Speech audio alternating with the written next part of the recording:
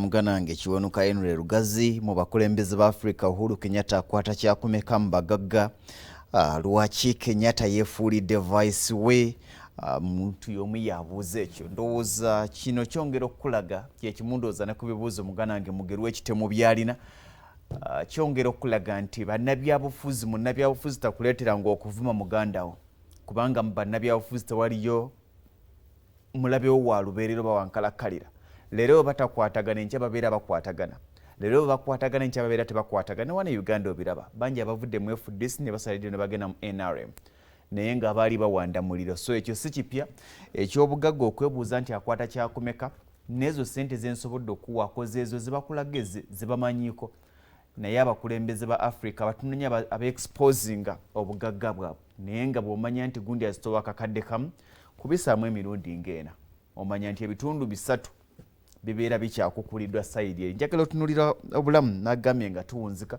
nti twagala okutunulira Raila Odinga we twakoma ne politics wazaabeera nga amutambuza bwe tunaavaawo akadde bwe kanaaba nga kansobosezza njagende wa William Ruto we tujja okufundikirira akatandikirawo ekitundu ekyokubiri.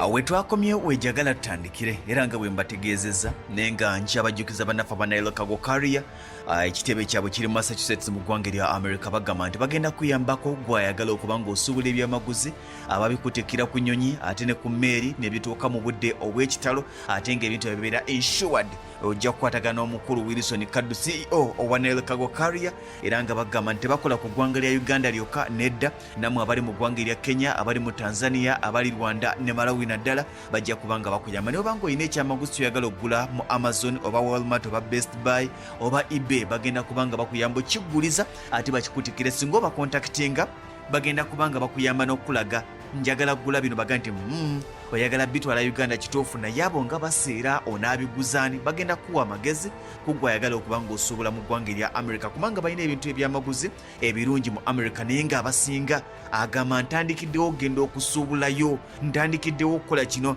weekwata Raila Odinga bagenda kukuyamba nnyo okuba nga bakulungamya essimu kweri ku screen ate okumanya ebisingawo okwebuuza okuwaŋŋana amagezi byonna bajja kubanga boolyawo ate bakuyamba bulungi. Njagala okubaza abakozi mwenna Raila Odinga wano munda mu ggwanga erya Uganda ate ne mu ggwanga erya America mbaagala nnyo mwebalire ddala naye nga mu kaseera kano tukyatunuulira okulonda kw'eggwanga erya Kenya twagenza okumaliriza nga tukyali ku musajja Raila Odinga mu kulonda okwa August kubanga bano balonda mu Agusto okwa 2017 Raila Odinga kugenda okuggwa nga bamutadde mu kifo kya 2 n'ebitundu 43 ku buli 100 ng'akakiiko ak'ebyokulonda kalangiridde Uhuru Kenyatta wabula bagenda okumaliriza kooti ensukkulumu n'esazaamu ebyali bivudde mu kulonda ne bagamba nti byali mu vulugu kati omukulu yennyini Uhuru Kenyatta nakkiriza okulonda ne kuddamu okubaawo naye Raila Odinga abigaana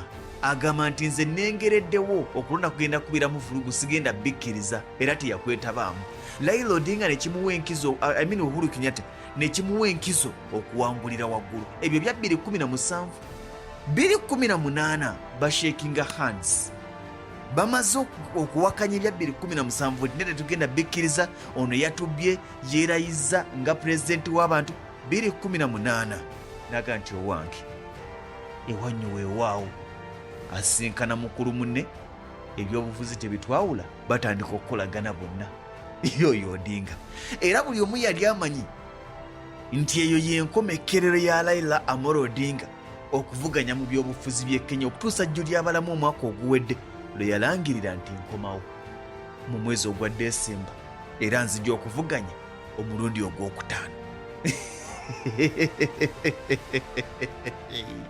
mugana agagende ye bannange kiki ye naye okuzzaako emabega Raila Odinga naggambye nti ye Dr. Kizza Besigye wa Kenya nzijjukira mu kaseera ke yamala ng'ali mu house arrest nga bamusibidde waka kubanga bamusibire waka y'omu ku bannabyabufuzi abakyasinze okumala ebbanga eddene nga bali mu house arrest bamusiba emyezi gyali 7 ng'ali waka kati ekimusibya kigambibwa nti ye ne kitaawe Oginga Odinga baateekateeka kuupu eyagaana okuggyako Daniel Arap Moi mu 1982 era wano lyemu ndowooza ku kitta bantu nja kiyita kitta bantu ekikyasinza okubeera mu ggwanga erya Kenya. Abantu ne bafa bangi, omwali abaali bateeseteese kuupu, abantu ba bulijjo, kwoteeka n'abajaasi bennyini abaali beewaggudde nga bavudde mu magye, kubanga ekikuyamba okuteekateeka kuupu olina okuba n'ebikonge mu ggye lya gavumenti lyennyini.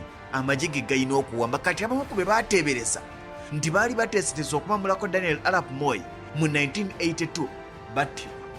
Raila Amolo Odinga n'asibwa okumala emyezi 6 nga bamusibira waka.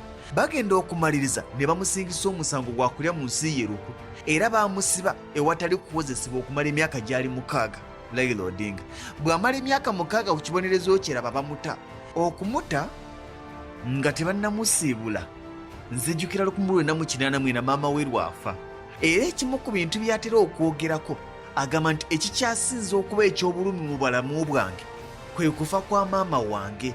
Naye maama wange bw'afa baamala ebbanga lya myezi 2 nga tebantegeeza nti nnyoko yafa. Akizuula luvannyuma. Omanyi okufiirwa maama wo ne wayita emyezi 2 ne balyokaga nti owange oli awo, maama wo nga yafa dda. Kyamukuba wala. Bamuta mu 1988, baamutanga mu Kago omwezi ogwokubiri. Teyasirisa, ne baddamu ne bamukwata mu Gwomwenda omwaka gwe gumu, ne bamuta mu Gwomukaaga omwaka ogwaddako 1989. Bwe bamuta embeera neddamu n'etabuka, ne bamukwata ennaku z'omwezi zaali 5 omwezi gwali gwa 7 omwaka 1990. Okumukwata bamukwata ne yali mmeeya w'ekibuga Nairobi Charles Rubia, omulala yali Kenneth Matiba, be bamu ku bannabyabufuzi abaali vocal by then. Babakwata babasiba mu 1990. Kati awo wonna agenda okudda mu 1991 kubanga bamuyimbula nga 21 omwezi ogw'omukaaga 1991. Bingi byali bikyuse, ng'alaba takyasobola, ng'afunye amawulire nti baagala kumutta, era waayita ebbanga lyali lya myezi 3 n'ekitundu. Mu mwezi ogwa October n'alinnya n'agenda e Norway ng'agamba nti nfunye amawulire bali ku mupango ogw'okunzita. Tudda wano jjo ly'abalamu byonna biyiseemu okutuusa wano nga 3 omwezi ogwa January omwaka 2017, nga bonna gavumenti ezizibeerako ntono nnyo zaakolaganye nazo ekiri awo, okuggyako omukago gwe baakola mu 2007 ng'abantu bamaze okufa. In fact yakakola branda ziri 2. Yakola ensobi ya 2007 okusooka okuttisa abantu abaali mu 1000 n'amala nakkiriza obwa Prime Minister. Ensobi endala gye yaddemu okukola yali yakuttisa abantu mu kulonda kwa 2017 n'asinkana Uhuru Kenyatta. Ze ensobi 2 zakyasinza okukola oba oliawo, naye byonna mu byonna ye Uhuru Kenyatta. Naye nzijukira mu kwerayiza kwa 3 January tewali TV, yasigala kumpe okweza ezaali zigezaako okumuleeta, naye nga wakayita ebbanga ttono naga nti kansijje tusinkane ensonga zino tuzigayegayemu, era ne beeyogerako nga bwe bali abooluganda. Ono brother wange mu kaseera kano musajja nno mulokole. Ntese kiki musajja mulokole, naye nga yazaalibwa mu Anglican wabula n'afuuka mulokole, era y'omu ku bamemba aba All Saints Cathedral wali e Nairobi mu ggwanga erya Kenya. Raila Odinga omukyala ye Eda Odinga balina abaana 4. Balina nzijukirako Fidel Odinga bambi yafa mu 2015. Omulala ye Rosemary Odinga, ono yazaalibwa 1977 akyaliwo. Raila Junior Odinga akyaliwo wa 1979, ne Winnie Odinga. Ono Winnie bamubbula mu mukyala wa Mandela, Winnie Mandela, gwe bamubbula mu Fidel Castro. Mu kaseera kano Winnie waali asoma, nakoma okumanya ng'ali mu Philadelphia, simanyi oba yamaliza, naye kye nakomako okumanya ng'ali mu Philadelphia ye Raila Odinga. Njagala okutunuulira obugagga bw'Odinga omwaka ogwa 2011 kati kitegeeza nti bweyongera. Omukutu gwa Forbes ogurankinga abagagga gwalangirira Raila Amolo Odinga nti azitowa. Guno omukutu gwa Forbes gwalangirira Raila Amolo Odinga nti azitowa obukadde bwa dola za Amerika 5. Mu za Uganda azitowa trillion 1 n'obuwumbi 779 n'obukadde 735. Wabula waliwo eyali munywanyi era nga muyambi wa Raila Odinga, Robert Alai. Ono oluvannyuma yasala eddiiro ne yeegatta ku Uhuru Kenyatta. Agamba nti gavumenti bwe yakola okunoonyereza ku Raila Odinga baamuzuula nga tazitowa bukadde bwa dola za Amerika 5. Baazuula ebyobugagga bye ng'azitowa obuwumbi bwa dola 29. Mu za Uganda, Raila Odinga alina obusobozi obuliisa Uganda emyaka 2 n'ekitundu. Bwe kiba ng'ekyazuulwa kye kituufu, azitowa mu za Uganda triliyoni bwe buse 103 n'obuwumbi 224 n'obukadde 659. Ojja kugamba nti baagala ki kati bitiibwa. Raila Amolo Odinga alina amakeriyati gabalirwamu akawumbi ka siringi za Kenya kalamba. Mu za Uganda amaka ga Raila Odinga agamu ku gaasulamu ga buwumbi 30 n'obukadde 925 gasangibwa Kisumu.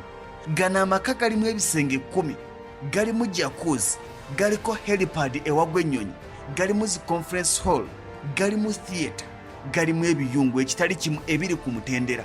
Ayina amaka Erunda, ayina amaka e Mombasa, gano gasangibwa Nyali.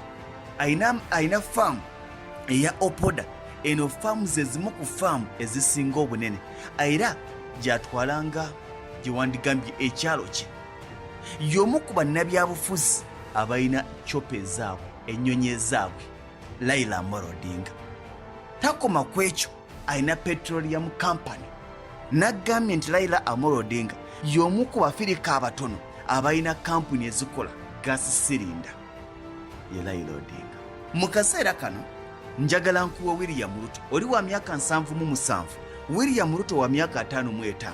Mu kaseera kano ye deputy president wa Kenya. Ojja kwebuuza nti abeera atya vice president, wano tumanyi vice president mu Kenya deputy, abeera atya omumyuka president nga tebalima kambugu n'atamugoba. Mu ggwanga erya Kenya president talina lukusa wadde obuyinza obugoba vice we. Olw'ensonga nti vice oba deputy alondebwa nga president. Era mwenna babalonda lumu. G'oli waddemba okulonda running mate wo ng'agenda kuwanguza. Bw'oba owangudde manya naye baamulonda. Kaakati wadde nga tebakwatagana naye yali running mate we era nga yajjanga vice president talina wamugobera. Okuva mu mwaka 2013 babadde bonna. Omusajja ono William Samoei Arap Ruto, obulamu bwe njagala okumutandikira emabega. William Ruto azaalwa ennaku z'omwezi ali nga 21, nze ndi wanga 2 Desemba, ye bamuzaala 21 Desemba 1966. Azaalibwa ku kyalo Sambuti. Sambuti sangibwa Kamaguti mu Usingisu County. Azaalibwa omukulu Daniel Cheruyoti. Maama wa William Ruto ye Sarah Cheruyoti be bamuzaala. Okusoma kwe asomedde mu ggwanga lya Kenya naye muyivu. Oli yasomera German n'afuna diploma naye ng'eri equivalent to PhD, almost ng'eri equivalent to masters. Ono asomera ku Kerotete primary school eyamalirayo primary ye. Agenda ku Warenge secondary school asomerayo O-level. Bw'avaawo agenda ku Kapusabet boys high school enesangibwa mu ssaza lya Nandi gye yamalira siniya ey'omukaaga. Bw'amala siniya ey'omukaaga afuna degree esooka botany and zoology okuva ku University of Nairobi mu 1909. Takomaawo yeeyongerayo ku degree ey'okubiri masters mu plant ecology gye yatikkirwa mu mwaka gwa 2011. Takoma ku ekyo yeeyongerayo n'afuna PhD era yakagifuna PhD yagifuna yatikkirwa nga 21 Desemba 2018. Era okusoma kwe kwonna wadde kwa Nairobi, kwa University of Nairobi, tafulumye Kenya nti kusoma. Bwe tuba nga twogera ku bantu abaali bafuze ku Kenya era abamanyi kye bayita okukulembera eggwanga, William Ruto y'omu. Ojjukira omwaka ogwa 2014 Uhuru Kenyatta nga bamuyise mu kkooti y'ensi yonna ogenda okubitebya mu ggwanga erya Netherlands e Hague. Omusajja ono wakati wanga 6 nenga 8 omwezi ogw'ekkumi ye yalinga president wa Kenya. Kubanga olw'okuba nti yali deputy president era Uhuru Kenyatta yali obuyinja bw'amaanyi eva ku bino ebyakakati, yali obuyinja bw'amaanyi nnyo. Olw'ekyo kye yakola okwerekeza nti kakati ŋŋenda naye nsuubira ogenda kusigala nga okulembera eggwanga lino. Batono nnyo nno president abaafuluma eggwanga naga nti vice wange nkulekedde kwatamu. ne bwabeera ku kitanda. Naye omukulu ono ebyobufuzi bye yajja abiyingira mpola. Ebimu ku gye yatandikira ku bubaka bwa paalamenti najja nga yeezimba okutuusa waali ku lwayo, kubanga yasookera yali mubaka wa Eldoret constituency. Okubeera mubaka wa Eldoret constituency avuganyiza ku kibiina mu kaseera ako ekya Kenya African National Union KANU, era mu kaseera kano izo gamba nti KANU eringa eyasaanawo. Avuganya ku Eldoret North constituency wakati wa 1997 okutuusa omwaka 2013. Mu kaseera ako nga yakalondebwa, President yaliko Daniel Arap Moi amufuula omumyuka minisita ow'ensonga z'obwa pulezidenti mu 1998. Takoma ku ekyamusuumusa amufuula minisita omujjuvu owa Home Affairs, ensonga z'omunda mu ggwanga mu 2002. Nga takomyawo amufuula minisita w'ebyobulimi.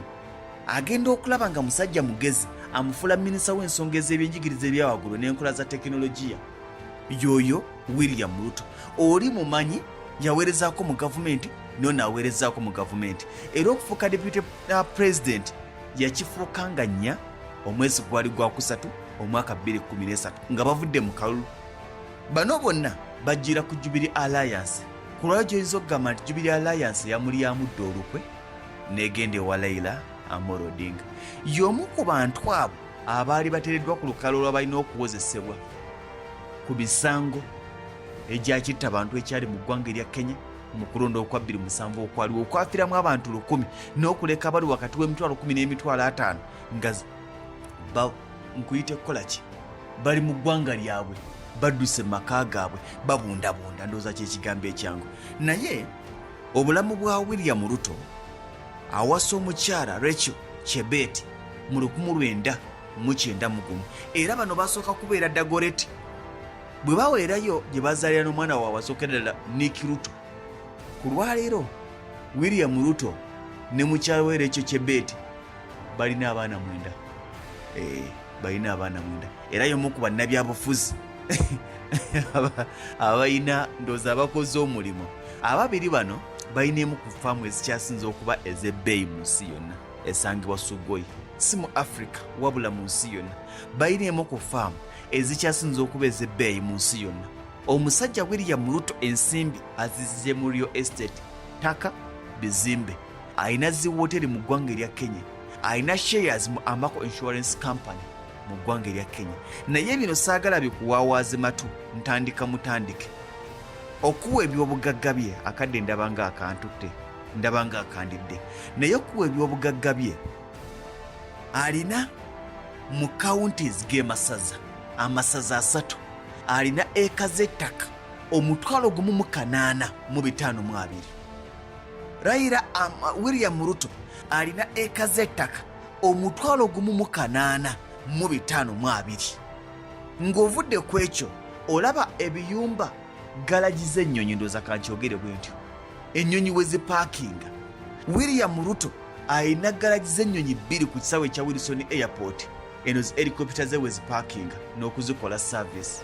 Ku kisaawe ekya Wilson Airport kuliko galagi ze ez'ennyonyi oba parking y'ennyonyi ze. Alina woteri 2 nga zino zirina ebisenge omugatte 219. Waliwo woteri ya Dolphin Hotel erimu ebisenge 12, eno esangibwa Sanju Mombasa. Alina Weston Hotel esangibwa Langata ku Langata Road Nairobi, eno ya bisenge 17. Ng'ovudde ku ekyo alina amaka g'obwannannyini ga mirundi 3. William Ruto ng'ovudde ku ekyo alina emu ku faamu z'enkoko ezisinga obunene mu nsi yonna. William Ruto alina emu ku faamu z'enkoko ezisinga obunene mu nsi yonna. William Ruto nga bw'omulaba, William Ruto akuumibwa abasirikale 257 omuntu omu. Akuumibwa abasirikale 257.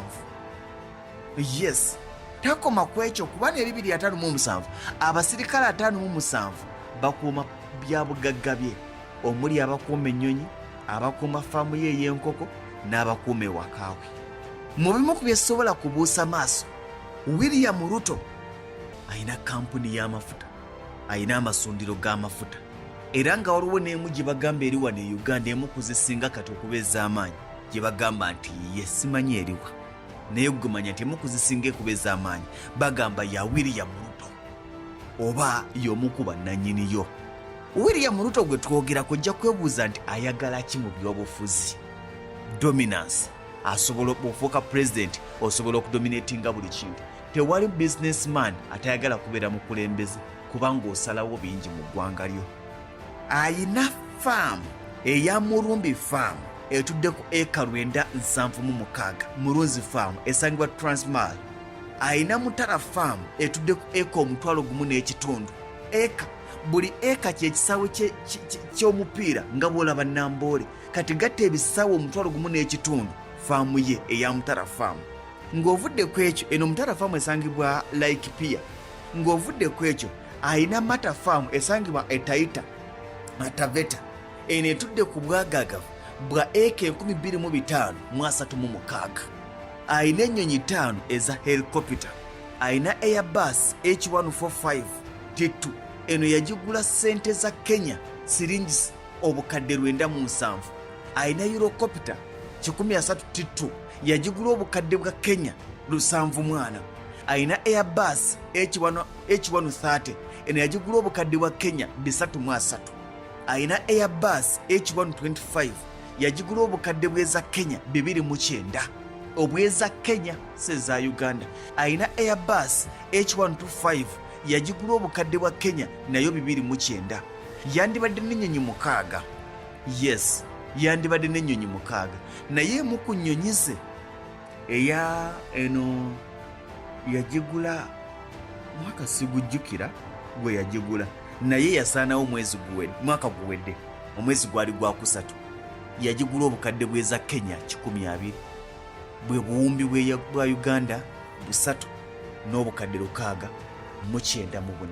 Ennyonyi zokka William Ruto z'ayina zibalirwamu obuwumbi 8 n'obukadde 51. Ennyonyi zokka William Ruto z'ayina zibalirwamu obuwumbi 8 n'obukadde 51. Abasajja bonna abali mu lwokaano balina ssente ezitootogana ng'obukolwa ebyo by'osobola okumanyaako ku by'obugagga byabwe wabula si bye eby'obugagga bye balina.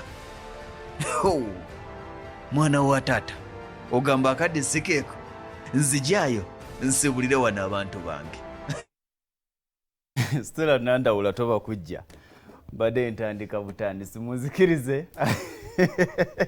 Nze Ssentongo Frederick Lugomu tunatandikira ku Lwokutaano olugye programu y'omunala kambalekire beautiful Stella nandawula agenda kubanga kutuusa kamawulire amanyuvu agabaddewo olwaliro BBS Final eyaffe awa.